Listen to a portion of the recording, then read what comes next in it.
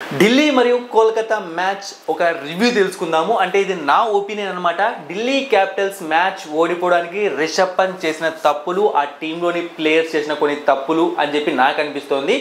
And KKR ఈ మ్యాచ్లో విజయం సాధించింది. సో ఒకసారి రివ్యూ అనమాట. మీ ఒపీనియన్ని కామెంట్ సెక్షన్లో తెలియజేయండి. ఇది నా ఒపీనియన్ లాగా మాత్రమే చూడండి. అండ్ తెలుగు బస్ టెలిగ్రామ్ ఛానల్లో జాయిన్ అవ్వడం మర్చిపోకండి. డిస్క్రిప్షన్ బాక్స్లో లింక్ ఉంది. మ్యాచ్ ప్రిడిక్షన్స్తో పాటుగా జెర్సీ గివ్ అవే జరుగుతోంది.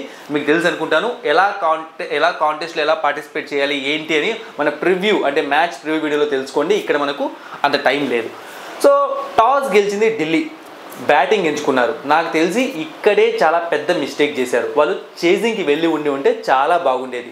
ఎందుకు ఇలా అంటున్నాను అంటే, ఒకసారి మనం కేకేఆర్ ట్రాక్ రికార్డ్ తీసుకున్నాము అంటే 2024 ఐపీఎల్ స్టార్ట్ అయినప్పటి నుంచి వాళ్ళు అంటే ఫస్ట్ బ్యాటింగ్ చేసాక కేకేఆర్ టీం మంచి స్కోర్స్ చేస్తోంది, కానీ ఆ స్కోర్స్ని డిఫెండ్ చేసుకోలేకపోతున్నారు.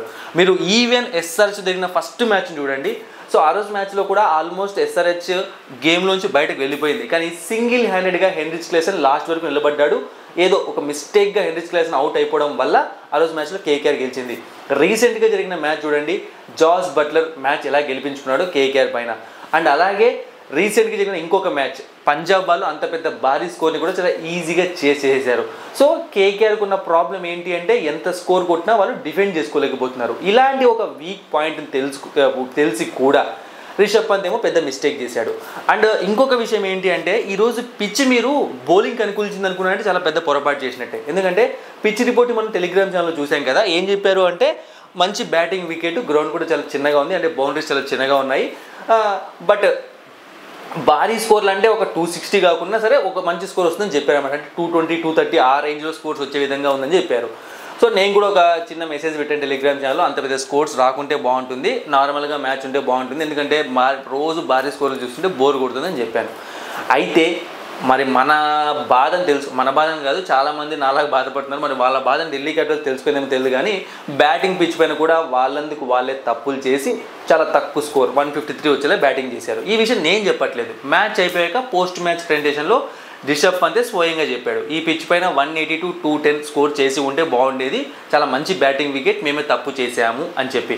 సో మామూలుగా అయితే మనం పిచ్ రిపోర్ట్ని చూస్తుంటాము, చాలా సందర్భాల్లో 99% పిచ్ రిపోర్ట్స్ రాంగ్ అవుతూ ఉంటాయి. అంటే ఎక్స్పర్ట్స్ చెప్తారు టీవీల్లో, కానీ ఆ పిచ్ రిపోర్ట్లోనే రాంగ్ అవుతున్నాయి. బట్ ఈరోజు మాత్రం వాళ్ళు కరెక్ట్గానే చెప్పారు. ఢిల్లీ క్యాపిటల్స్ వాళ్ళు దాన్ని రాంగ్ చేసి చూపించారు. ఇక మనం మెయిన్ మ్యాటర్లోకి వచ్చాము అంటే, చెప్పాను కదా, సో టాస్ గెలిచి చేజింగ్ తీసుకోకుండా బ్యాటింగ్ తీసుకొని పెద్ద తప్పు చేశాడు రిషబ్ పంత్. ఇక మనం రిషబ్ పంత్ చేసిన మరికొన్ని మిస్టేక్స్ విషయానికి వచ్చాము అంటే, బ్యాటింగ్లో జేక్ ఫ్రాజర్ అవుట్ అయిపోయాడు, మిచెల్ స్టార్క్ అవుట్ చేశాడు. అంటే నాకు తెలిసినంత వరకు నేను ఓపెన్గా చెప్తున్నాను, ఈ టోర్నమెంట్ స్టార్ట్ అయినప్పటి నుంచి మిచెల్ స్టార్క్ తీసుకున్న అతిపెద్ద వికెట్ అనమాట. ఎందుకంటే ఒక మ్యాచ్ విన్నింగ్ వికెట్ అది. జేక్ ఫ్రాజర్ ఉంటే పరిస్థితి వేరేలా ఉండేది. సో అతను అవుట్ చేశాడు కాబట్టి మొత్తానికి అయితే ఒక బిగ్ వికెట్ తీసుకున్నాడు Mitchell Starc. So Jake Fraser out అయిపోయాడు, వచ్చిన వాళ్ళు వచ్చినట్టు పోతున్నారు. పృథ్వీ షా అవుట్ అయిపోయాడు, షై హోప్ అవుట్ అయిపోయాడు. రిషబ్ పంత్, అక్షర్ పటేల్తో కలిసి ఒక పార్ట్నర్షిప్ని బిల్డ్ చేయాలి. సో మంచి రన్ రేట్ అయితే మెయింటైన్ చేస్తున్నారు అనమాట. ఎందుకంటే స్టార్టింగ్లో అభిషేక్ పురాల్ ఒక ఓవర్తో కొట్టిన ఆ రన్ రేట్ అనేది అలాగే ముందుకు వెళ్తూ ఉంది. 8 overs 8 runs 9 runs అలా కొడుతూ వెళ్తున్నారు. సో అలానే ఒక 15 overs వరకు ఉంటే తర్వాత ట్రిస్టన్ స్టెప్స్ వచ్చి కొంచెం హిట్టింగ్ చేయడం అలాంటివి చేసింటే ఖచ్చితంగా స్కోర్ అనేది 200 దగ్గర వరకు వెళ్ళేదనమాట.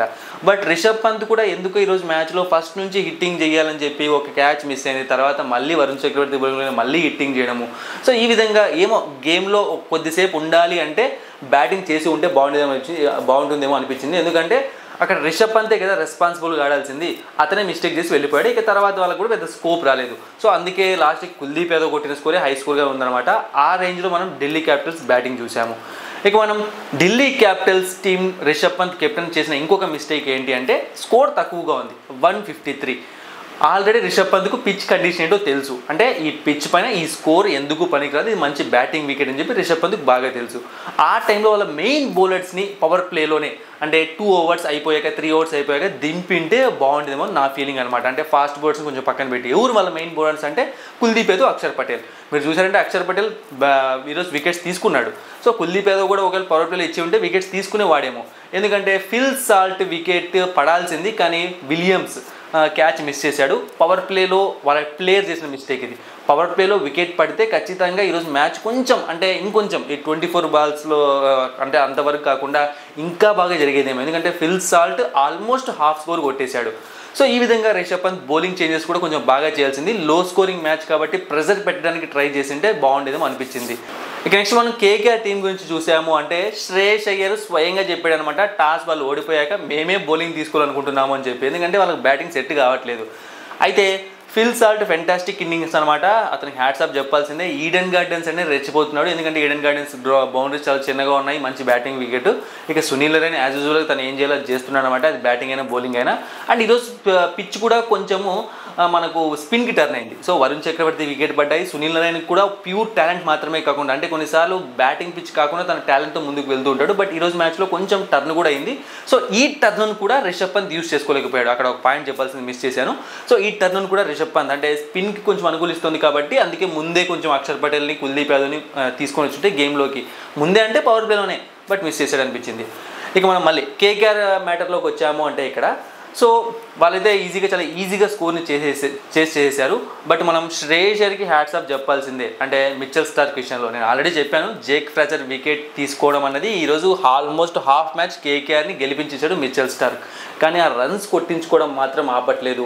అండ్ మిచెల్ స్టార్క్ టీంలో ఉన్న రన్స్ ఆగట్లేదు, వేరే వాళ్ళు ఎవరు వచ్చినా సరే ఆ రన్స్ ఆగట్లేదు. ఆ ప్లేస్లో ఎవరు వచ్చినా సరే రన్స్ ఘోరంగా కొట్టించుకుంటూనే ఉన్నారు. సో ఈ రోజు కూడా మిచెల్ స్టార్క్ 3 ఓవర్స్ వేసి ఆల్మోస్ట్ 50 రన్స్ వరకు కొట్టించేసుకున్నాడు. అండ్ మరీ ఘోరం ఏంటి అంటే లాస్ట్లో టాలెంటెడ్స్ ఉన్నారు, వాళ్ళతో కూడా రన్స్ కొట్టించుకుంటున్నాడు. అంటే నేను చెప్పేది ఏంటంటే ఒప్పుకుంటాను T20 ఫార్మాట్ ఎవరైనా కొడతారని చెప్పి. మిచెల్ స్టార్క్ ఉన్న రెప్యుటేషన్కి సో అతను అనుకుంటే మంచి ఎయిర్ కట్స్ వేసాడు అంటే ఖచ్చితంగా టాలెంటర్లు ఎవరు ఆడలేరు అనమాట. సో ఎయిర్ కట్స్ని ఎగ్జిక్యూట్ చేయకుండా షార్ట్ పిచ్ బాల్స్ పైన డిపెండ్ అవుతూ లేకుంటే ఫుల్ లెంత్ పైన డిపెండ్ అవుతూ వేయడం ఎందుకు నాకు అర్థం కాలేదు. అదే టైంలో మిగతా వాళ్ళని చూసామంటే ఓకే, వాళ్ళంటే ఎక్స్పీరియన్స్ కాదు కాబట్టి ఏమో పొరపాటుగా అవి ఎయిర్ కట్స్ మిస్ అయ్యి ఫుల్ టాస్లో పడితే మళ్ళీ వాళ్ళకి కొడితే కెప్టెన్ తిడతాడు. కానీ నీకు ఆ రెప్యుటేషన్ ఉంది, నువ్వు ఇంటర్నేషనల్లో ఎన్నో సంవత్సరాల ఎక్స్పీరియన్స్ ఉంది.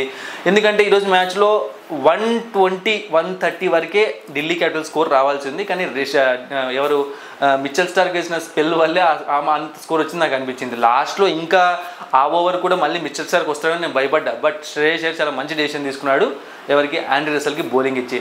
సో ఈ విధంగా మిచెల్ స్టార్క్ నుంచి ప్రాబ్లమ్స్ మాత్రం తగ్గట్లేదనమాట. అంటే నేను ఏం చెప్తున్నా అంటే ఈరోజు అంటే ఓకే జరిగిపోయింది, కానీ ఎప్పుడైనా ఇంపార్టెంట్ మ్యాచెస్లో ఆల్రెడీ ఒక మ్యాచ్ని ఆల్మోస్ట్ ఓడించేసాడు అనమాట. అదేంటి అంటే ఆర్సీబీ మ్యాచ్లో. సో కరణ్ శర్మ 6 కొట్టి ఆ రోజు మ్యాచ్ ఓడిపోవాలి కేకేఆర్. సో ఇంకా తను ఇన్ని మ్యాచ్లు ఆడినా సరే ఇంకా బౌలింగ్ కండిషన్స్ సెట్ అవ్వకుంటే కష్టం కదా. సో చూసుకోవాలన్నమాట శ్రేయస్ అయ్యర్. సో మరి కేకేఆర్ టీం మ్యాచ్ గెలిచేసింది. కేకేఆర్ ఫ్యాన్స్ కామెంట్ సెక్షన్లో కామెంట్ చేయండి. ఢిల్లీ క్యాపిటల్స్కి ఇంకా ప్లే ఆఫ్స్కి వెళ్ళే ఛాన్స్ ఉంది. ఎందుకంటే వాళ్ళకు 10 పాయింట్స్ ఉన్నాయి కాబట్టి ఇంకా వాళ్ళకు 3 మ్యాచెస్ ఉన్నాయి. ఆ 3 మ్యాచెస్ కూడా గెలిచారు అంటే 16 పాయింట్స్ వస్తాయి. నాకు తెలిసి చివరికి వచ్చే లోపు 16 పాయింట్స్ ఉన్న టీమ్స్ ఖచ్చితంగా ప్లే ఆఫ్స్కి వెళ్ళే ఛాన్స్ ఉంటుంది. సో చూద్దాం మరి ఢిల్లీ క్యాపిటల్స్ నెక్స్ట్ ఏం చేస్తుంది. ఇక కేకేఆర్ టీం విషయానికి వచ్చామంటే వాళ్ళు చాలా కంఫర్టబుల్ పొజిషన్లో 2nd పొజిషన్లో ఉన్నారు. వాళ్ళు నాకు తెలిసి ఇంకొక 2-3 మ్యాచెస్ గెలిచారంటే ఖచ్చితంగా ప్లే ఆఫ్స్ రేస్లో ఉండడం కాదు, ముందుకు వెళ్ళిపోతారు. చూద్దాం మరి ఏం జరుగుతుందో. IPL 2024 చాలా ఇంట్రెస్టింగ్గా మారుతుంది, ఎందుకంటే చాలా టీమ్స్కి సేమ్ పాయింట్స్ దగ్గర ఆగిపోయి ఉన్నాయి కాబట్టి. Thank you for watching and supporting మీ. మరిన్ని ఇంట్రెస్టింగ్ వీడియోస్ కోసం సబ్స్క్రైబ్ చేయడం మర్చిపోకండి.